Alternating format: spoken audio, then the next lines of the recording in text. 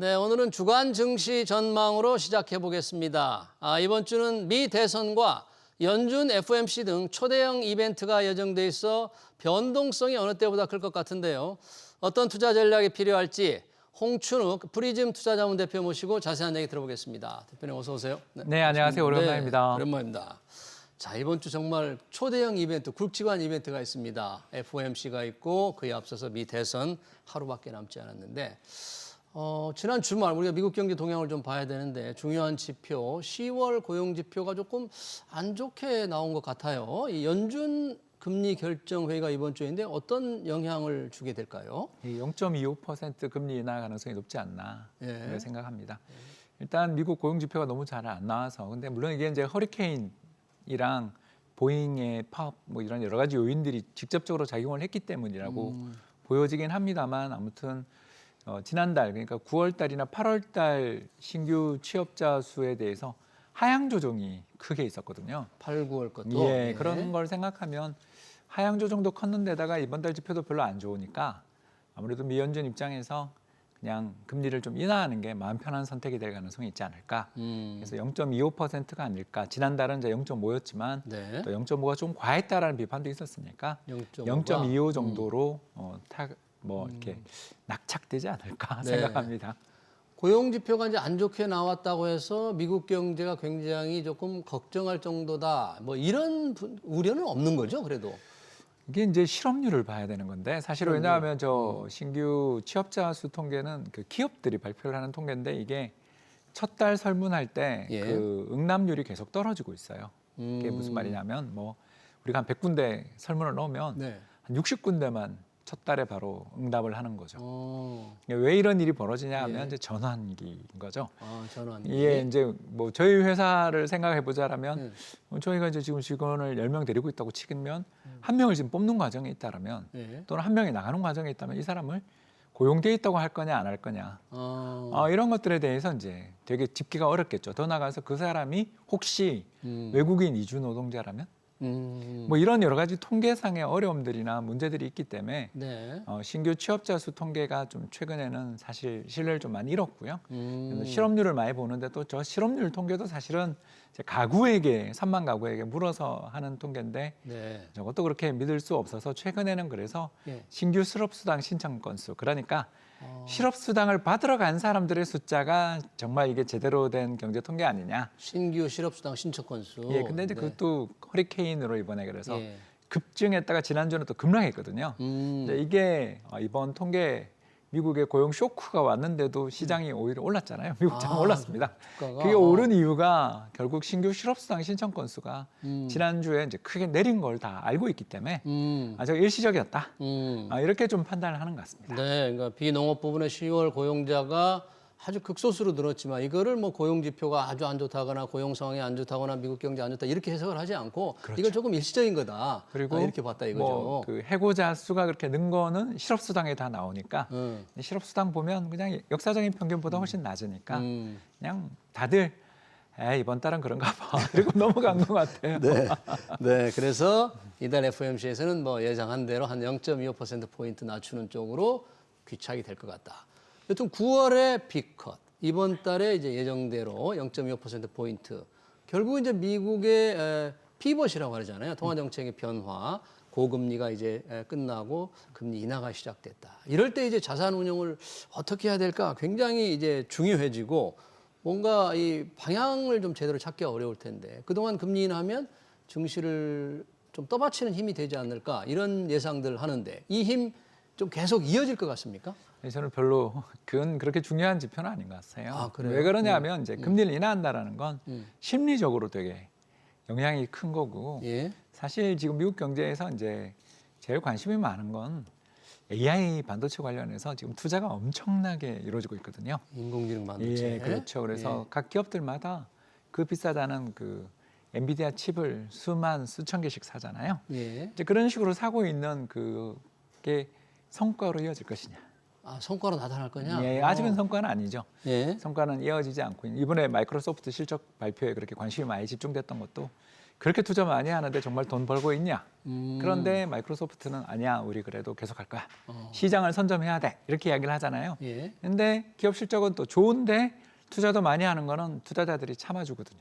네. 왜냐하면 미래에 대해서 투자를 하는데 돈도 잘 벌어. 그럼 봐주죠. 근데 만약 이제 돈을 못 버는 시기가 오면 이제 AI 거품론이 또 한번 제기될 수 있는 거죠. 올해 우리 봄에 5월달, 한때, 6월달 한때 예. 그 상당한 변동성이 있었는데 예. 이런 빅테크의 어마어마한 투자들이 음. 실적으로 지금 연결됐기 때문에 여름에 오히려 서머랠리가 8월 이후에 지금 3달째 미국장이 올랐지 않습니까? 예. 그런 것들을 더 중시해야 되는 거죠. 지금은 금리는 이제 제가 봤을 때는 이제 금리를 인하했다라는 데 우리가 되게 의미를 많이 두고 있는 거고 지금 미국 그 3분기 GDP가 2.8이 나왔는데 2.8%. 우리는 이제 전분기 대비지만 0.1 나왔고 예.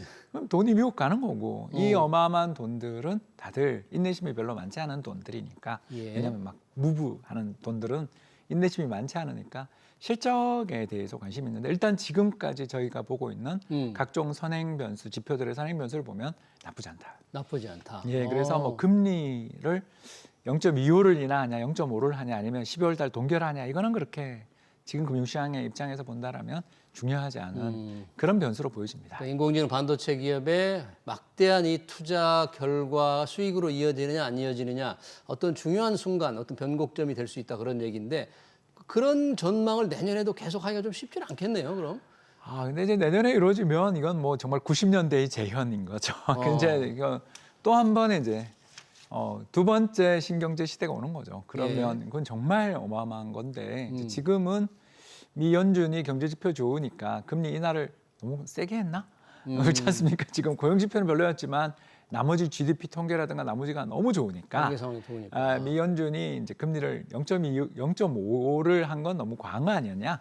그 뒤에 실제로 미국장이 지금 3대 지수 다 최고치니까 예. 이런 거에 대한 우려들이 있어서 이제 금리 인상의 속도는 저는 조절이 있을 수 있다. 금리 인하 속도가. 네. 그러니 거기에 대한 관심들은 이제 조금 약해지고 대신 실적으로 관심들이 갈 텐데 현재까지만 놓고 보면 일단 3분기 지금 실적이 거의 다 나왔는데 예. 빅테크 실적들 쭉 나온 걸 보면 구글도 그렇고 저기 마이크로소프트도 그렇고 아무튼 이 회사들이 굉장히 지금 투자를 많이 하는 이 양대 회사들이 뭐 미래의 전망에 대해서 이제 엇갈린 시각도 있을 수 있지만 어마어마한 투자를 했는데도 실적이 되게 좋았잖아요. 예. 둘 다 이런 거 보면 일단 다음 분기까지 간다 이게 좀 보이는 거죠. 그러니까 이제 이 사람들의 그 가이던스라고 하잖아요. 네, 우리가 실적 그 전망. 실적 전망 및 투자 가이던스를 이제 앞으로 어떻게 투자를 할 거냐에 대한 가이던스가 되게 공격적인 거 보면 적어도 이거는 좀 더 갈 것 같다. 네. 그러니까 지금이 저 사람들 실적은 이제 피크고 꼬꾸라진다고 말하기에는 자신감이 저렇게 넘칠 때에는 일단은 좀 믿어주려는 사람들의 마음이 더 크니까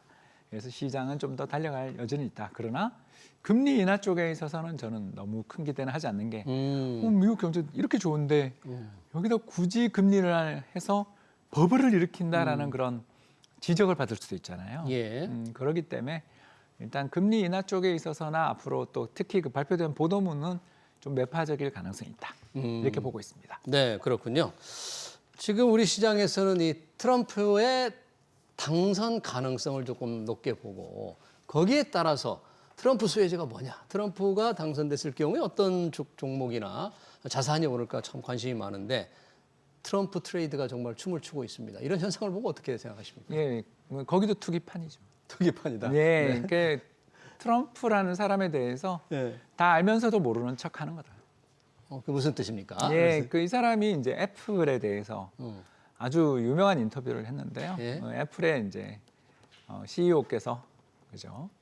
이제 그분이 그 2016년 말에 중국산 애플 아이폰에 대해서 관세를 대규모로 부과할 때 탐 쿡이 가서 자비를 구걸했다 자기한테 그래서 베거라는 표현을 썼어요 인터뷰에서 그러면서 이거 좀 예열을 해달라. 관세를 예열해달라고 예열을 해달라. 트럼프한테. 그러니까 그 선전에서 생산되고 정저우에서 생산된 아이폰을 미국에 들어올 때 관세를 부과하는 게 관세법이잖아요. 네. 그렇게 관세를 했는데 그거에 대해서 유예를 시켜주고 면세를 시켜주는 것을 부탁을 하니까 예. 트럼프가 뭐라 그러냐면 미국에 공장 지으면 내가 용인해줄게. 미국의 공장 지으면. 그러면서 바로 아이맥 공장을 짓고 어. 그것도 이제 당연히 트럼프 지지 기반이 있는 그 주에 지어주고 그러면서 면세 혜택을 받았다라는 이야기를 자랑스럽게 그것도 딴 데도 아니고 블룸버그와의 인터뷰에서 그 이야기를 해요. 예. 이런 거 보면 알 수 있는 거죠. 어. 이 사람은 자기에게 위신을 세워주고 자기가 또 세계 탑 레벨의 CEO가 자기한테 와서 어떤 부탁을 한다라는 자체를 굉장히 즐기는 사람이고 이 부탁을 받았을 때 또 자기가 자신의 그 관대함, 너그러움을 남에게 보여줄 수 있는 또 공장 기공식 같은 쇼를 좀 해줄 수 있는 사람이면 그 정말 이 사람이 반중이라는 게 가장 중요한 기치인데도 중국에서 생산된 아이폰에 대해서 관세 부과 유예 예. 이런 걸 해버린다라는 자체가 네. 우리가 그래서 이 사람을 무서워하는 거죠. 파퓰리스트니까. 예. 그때 그때의 기분, 감정 그리고 그때의 어떤 그림, 예. 이미지 이런 거를 너무나 중시하기 때문에 이 사람이 공약으로 내세웠던 게 과연 앞으로 실행이 될까? 될 거에 대해서 지속성이 있나? 어. 이게 테마인 거죠. 전형적인 테마인 거죠. 테마. 그러니까 겉으로 정책이라고 내세우는 캠페인, 유세 기간 중에 내세우는 정책들이 정말 현실이 될까? 아니면 거꾸로 가는 건 아니야? 그렇죠. 이럴 수 뭐 있다 코인에 이거죠. 대해서라든가 뭐 에너지 독립 재생 이런 것들을 정말 지킬 것인지. 더 코인에서 나가서 전기차에 대한 보조금 폐지 이거를 네. 과연 저기 테슬라의 CEO님이 그렇게 자기를 지지해 주는데 그 폐지 진짜 자기가 그 인터뷰에서 그러거든요. 네. 취임하는 첫날 전기차 보조금 폐지를 외쳤잖아요. 네. 근데 그걸 지킬 것인지. 지킬까? 그건 안 지킬 것 같은데. 어. 그러니 무서운 거죠. 네. 금융시장 참가자들 입장에서 볼 때 네. 와, 이렇게 자신의 핵심적인 공약조차 안 지키는 사람이 그 공약 또는 선거 과정에서 이야기했던 그 수많은 이야기를 일관되게 뭘 할 거라는 건가? 자체가 그러니까 그 트레이딩이라는 게 뭔가 혜택이 있으니까 트레이딩인데 네. 단타다. 그러니까 트럼프 밈인 거죠, 일종의. 트레이드에 올라타서 투자하는 건 정말 위험하다고 볼 수 있네 그러면. 차라리 금을 사야지. 그 금을 찬스니까. 사야지. 왜냐하면 이 사람은 어디로 튈지 모르니까. 어. 그리고 또 우리가 뭐 다 알면서 그렇죠. 모른 척하는 거라고 저는 저 리드가 정말 마음에 드는데요. 우리가 다 알죠. 4년 겪었잖아요. 맨날 그 아침마다 트윗 그때는 이제 X가 트윗이었잖아요. 그 트위터에 올라온 거를 보면 그 오타도 수정 안 하고 올려요. 이게 아무도 통제를 못 한다는 이야기잖아요. 예. 네, 그리고 아까 있었던 애플 이야기나 다른 여러 가지 사례들을 그 사람이 인터뷰에서 그렇게 스스럼 없이 이런 거에 대해서 애플은 시인도 부인도 안 했어요. 왜냐하면 이런 이야기를 세상에 블룸버그에 가서 이야기를 하다니 비밀이 없는 거죠. 그러면 트럼프 정책으로 만약에 트럼프가 당선되면 뭔가 산업별로 좀 차이가 있을 거다, 좀 수혜를 보는 업종이 있을 거다 이런 분석들인데 혹시 홍 대표는 그런 어떻게? 아니 그러니까 우리가 해볼 수 있는 건 결국 뭐 셰일 오일 관련 기업들이나 셰일 오일. 예, 그쪽에 대한 규제는 확실히 풀 것 같으니까 지금 펜실베니아가 난리잖아요 그걸로 그런 것처럼 셰일 오일 착공 이런 것들에 대해서는 분명히 열어주겠지만 그게 근데 에너지 산업에게 좋은 일인가? 에너지 왜냐하면 산업에. 공급 과잉이 될 수 있으니까. 그렇죠. 예, 그러니까 이런 이야기인 거죠. 그래서 제가 아까 이야기한 게 차라리 트럼프가 대통령 된다고 생각하면 금과 리츠. 왜냐하면 이 사람 부동산 디벨로퍼 출신. 리츠. 네. 예, 그러니까 미국 부동산 투자 신탁 회사들의 투자하는 ETF. 그러니까 우리나라에는 뭐 다 환해지가 되고 있어서 한국에선 살만한 ETF 찾기 어렵죠. 미국에서는 뭐 VNQ나 네. 또는 SCHH 같은 부동산 시장 전체에 부동산 투자하는 신탁. ETF들. 그런 데가 오히려 이 사람의 이제 성향 예. 뭐 이런 것들을 생각해 보면 그게 차라리 나을 수도 있는. 그게 차라리- 그러니까 이게 업종을 찾기가 너무 어려운 거죠. 알겠습니다. 이제 트럼프 대통령 당선과도 관련이 있을 수도 있는데 요즘 주목을 끄는 게 이게 원달러 환율입니다. 오늘 좀 떨어졌긴 하던데요. 지금 1,380원, 지금 400원을 자꾸 이렇게 넘나들 것 같은 그런 상황인데 이게 1,400원 하면 글로벌 금융 위기 때나 봤던 수준 같아요. 누구는 뭐 이런 거를 그때 경제부총리인가요? 이제 옛날과 다르게 봐야 된다. 그래서 이걸 뉴노멀로 해석하는 분들도 많은데 지금 이제 우리가 그렇게 된 겁니까? 1,400원 언저리가 예, 트럼프가 대통령 되면 뉴노멀이 되겠죠. 될까요? 왜냐하면 이제 뭐 우리 아직 희망은 버리지 않았습니다만 예, 최상목 장관 말씀에서는 많은 부분 동의하는 게 트럼프 대통령이 되면 제일 이제 우리가 겁나는 게 아까 금값 이야기를 자기가 잠깐 네. 했는데 왜 이렇게 사람들이 금을 이야기하냐면 결국 지정학이거든요 이게. 지정학적 불안감. 예, 지정학적 리스크. 그러니까 그때도 우리가 그 북한과의 하노이 회담 혹시 기억나십니까? 네. 그러니까 그런 회담에서 우리는 다 긍정적 합의를 기대했는데 깨버리고 그리고 얼마 전 있었던 이제 블룸버그의 인터뷰에서 탐 쿡을 아까 이야기했잖아요. 그런데 이제 거기서 또 뭔 이야기를 했냐면 대만은 우리의 반도체 산업을 다 가져갔지만 우리가 그들을 왜 보호해야 될까요? 그들은 부유하잖아요라는 이 세 마디로 그때 TSMC 주가가 한 10% 빠진 거 기억나실 겁니다. 네. 결국 우리나라 같이 IT 비중 높고 특히 그 무역 항로가 남중국해를 지나가고 있는 항로를 가지고 있는 나라 입장에서 중국이랑 대만 간에 만에 하나 1%라도 어떤 군사적 긴장이 고조되는 시기에는 우리가 굉장히 떨 수밖에 없는데 적어도 카말라가 되는 때보다 그럴 가능성. 트럼프가 되면 그 확률이 1에서 5%나 10%만 돼도 올라갈 수 있는. 환율 100원은 일단 왜냐하면 이제 전면전이 난다 그러면 달러에 그건 대한 뭐, 원화환율 2,000원 봐야 되지 않겠습니까? 네.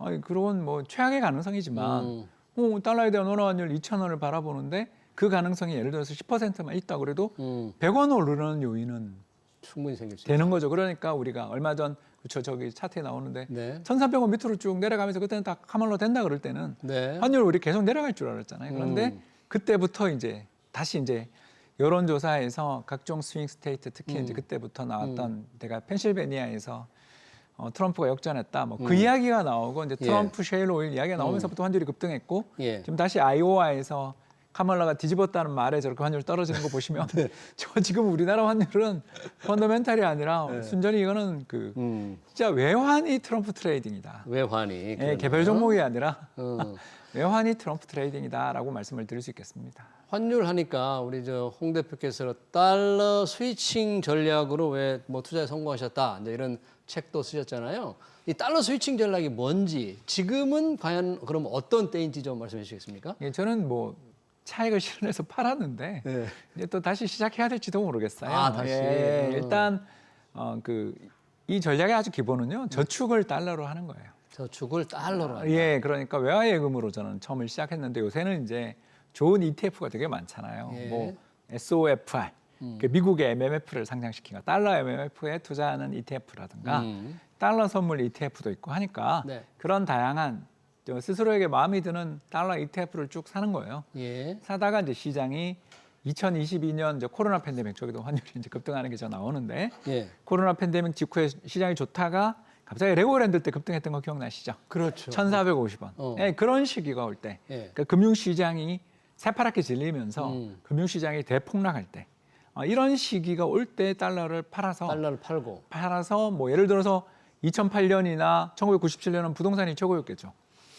그 하우스푸어 사태나 뭐 그때는 우리나라 역사상 네. 집값 제일 많이 빠졌으니까. 그리고 2020년 코로나 팬데믹 같은 네. 그런 시기가 왔을 때는 주식을 사는. 네. 그러니까 그때 가장 저평가된 자산을 자산을 산다. 사는 거죠. 그러니까 그게 좀 무섭다라면 네. 분할 매도를 해도 되는 주식이 더 나을 수도 있는데 일단 저 같은 경우는 부동산이 훨씬 더 또 트레이딩이 쉽더라라는 거죠. 왜냐하면 우리나라 부동산 시장이 지난 30년간 3번 급락했는데 예. 그게 다 저 차트에 나오는 환율 급등할 때 급등할 때. 97년 외환위기 기억나시죠? 예. 2008년 하우스푸어 사태, 2022년 갭 투자 붕괴 및 역전세 난 이 모든 게 환율 저렇게 보시면 저점에서 300원에서 500원 이상 오른 다음에 부동산이 다 붕괴돼요. 네. 그렇기 때문에 평상시에 달러로 좀 저축하고 있다가 평소 달러를 저축하다가 하고 있다가 그러니까 가장 팬데믹 좋은 같은 위기가 올 그렇죠. 때. 위기가 와서 금융자산이 붕괴되는 걸 떠나 부동산까지 흔들릴 때는 이제 일생에 한 번 오는 찬스인 거고. 근데 달러를 팔아서 그렇죠. 그 당시 가장 충격을 저평가된. 받은 자산을 산다. 예. 그게 그런 주식일 수도 식으로 있고. 투자를 하게 되면 이렇게 리스크가 그렇게 없는 게 네. 환율이 급등하고 나면 우리나라 그 다음에 한 1년 있다 수출이 좋아지잖아요. 네. 왜냐하면 수출 경쟁력이 좋아지니까. 그래서 이제 수출 기업들이 집중돼 있는 정보통신 산업에 집중돼 있는 그런 지역 부동산도 네. 눈여겨보시면 좋을 것 같습니다. 네, 잘 알겠습니다. 주간 증시 전망 지금까지 홍춘욱 프리즘 투자자문 대표였습니다. 대표님 고맙습니다. 감사합니다. 네.